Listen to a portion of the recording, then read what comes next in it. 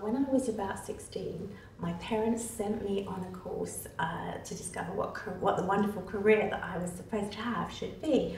And so it wasn't a course, rather, it was a career consultancy. And they said I should be selling books. And I thought, well, of course I should be selling books. That's what I absolutely love to do. But at the time, this was in the 1970s, it wasn't the advice wasn't sufficiently sophisticated for women, and no one actually said that publishing would be the obvious place to develop these skills. So I've been really lucky because I've always had a passion for what I actually did. Well, I've never been as good at vision as I wanted to be. So I rarely could see more than a year or 18 months ahead.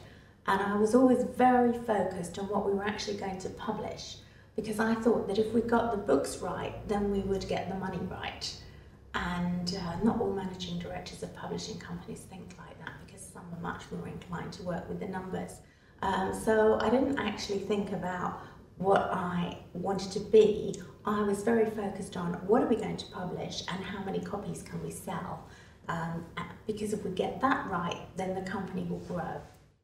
The business was originally funded because I had started a publishing company a few years before that with a partner, and we'd grown it for 4.5 years, and we owned 50% each. I sold my 50% to him, and with the money that I made from the sale of that first company, I was able to fund the second one.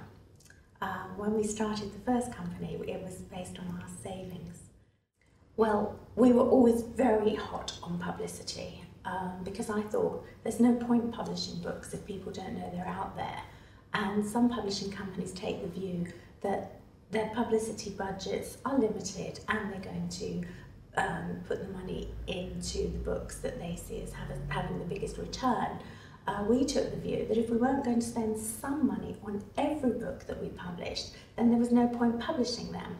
So we always focused on publicity. And in the early years, we were very innovative. In particular, we were one of the first companies to take an 8-page spread in the trade magazine, The Bookseller, and we were one of the first publishing companies to advertise our books on the tube.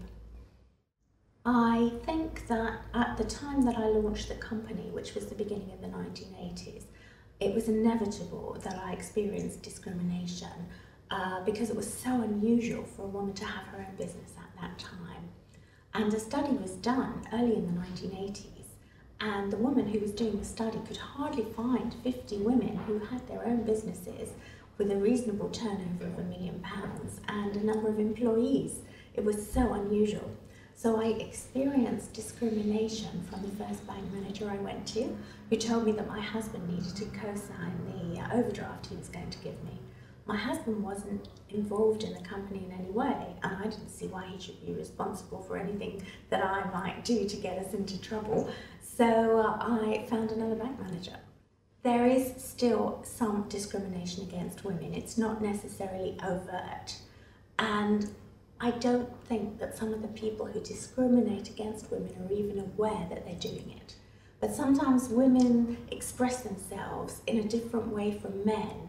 And some men find it difficult to recognise that the woman is just as capable and competent as the men who are running the companies, because they don't quite speak the same language.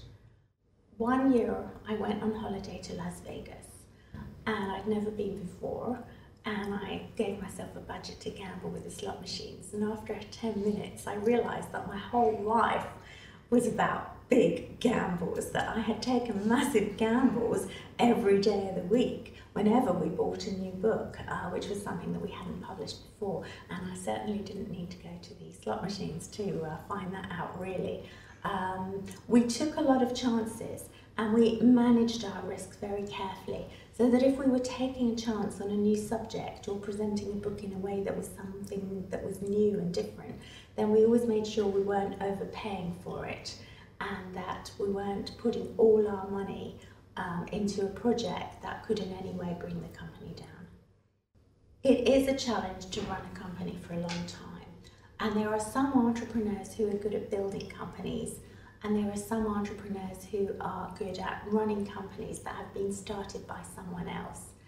And I think the major problem for some entrepreneurs is boredom, because the fun thing is getting it started, getting it going, and possibly making a sale at quite an early stage. And then for other people, the fun thing is taking it from stage 2 to stage 4. But I saw myself as being in it for the long run. And the reason was that I never came across anything that I wanted to do more or better. So I just had to hang in there. And if I got bored, which did happen sometimes, then I said to myself, okay, you're bored, you've got a company here, you've got a vehicle that sells, you can do anything you want, just create something new to do.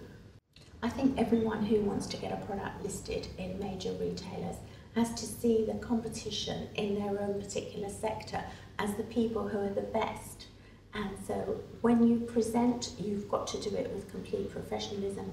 The quality of the material that you submit has to be the best, and everything that you do has to compete with the best in your field of expertise.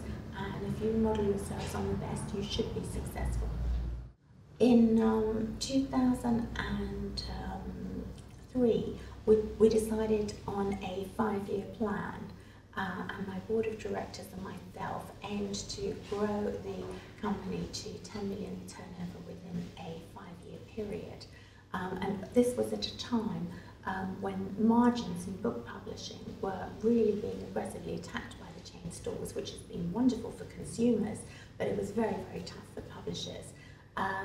But we were so enthused with this project, and I had such brilliant people working with me, and we had such fun doing it, that we punched above our weight, and we achieved far more as a team than we would have been if we hadn't worked so well.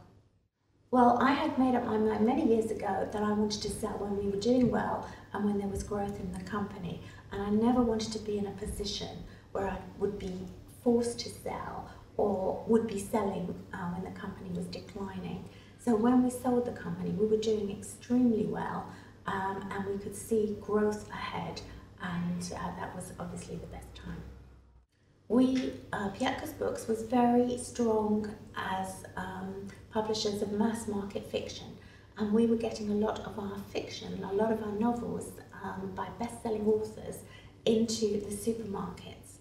So therefore I felt that in order to keep these authors happy, when there was the takeover, we would need to find a company to sell to who would be extremely good at getting mass market fiction, not just into the supermarkets, but really getting the numbers out there.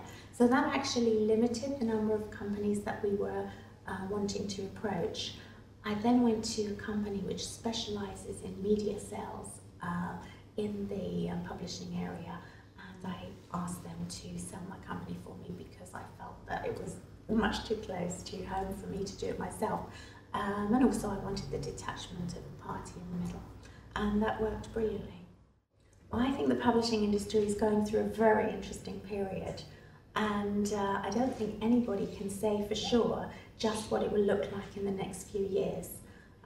The publishing industry needs to find a way to make money from books and to compete with the new technology that's coming in. But it's very difficult for people to know at this moment how the reader, the end user, will want to get their information and how they will expect to pay for it in a couple of years' time. I have been doing some work with the Women's Leadership Group for the Prince's Trust, and this Women's Leadership Group does a lot of work to help women from deprived areas and deprived backgrounds to develop themselves and to take their place in the workforce. So that's a good opportunity for me to give something back.